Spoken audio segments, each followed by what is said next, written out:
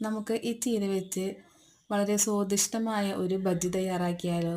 ആവശ്യമായ സാധനങ്ങൾ: കടലമാവ് 1 കപ്പ്, 2 സ്പൂൺ മൈദ, സവോള, ഉപ്പ്, മുളക്, ഇഞ്ചി, ചീര. നമുക്ക് എടുത്തു വച്ചിരിക്കുന്ന മാവിലേക്ക് അല്പം വെള്ളം ചേർത്ത് കൊടുക്കുക. ശേഷം ഈ സവോളയുടെയും ചീരയുടെയും മിക്സ് അതിലേക്ക് ഇട്ട് കൊടുക്കുക. നന്നായി കൂട്ടി യോജിപ്പിച്ചതിന് ശേഷം അടുപ്പത്തെ ഒരു പാൻ ചൂടാകുമ്പോൾ എണ്ണ ഒഴിച്ച് കൊടുത്ത് എണ്ണ നന്നായി ചൂടായതിനു ശേഷം അതിലേക്ക് ഈ കൂട്ടിൽ നിന്ന് കുറേശ്ശെ കോരി ഒഴിക്കാം.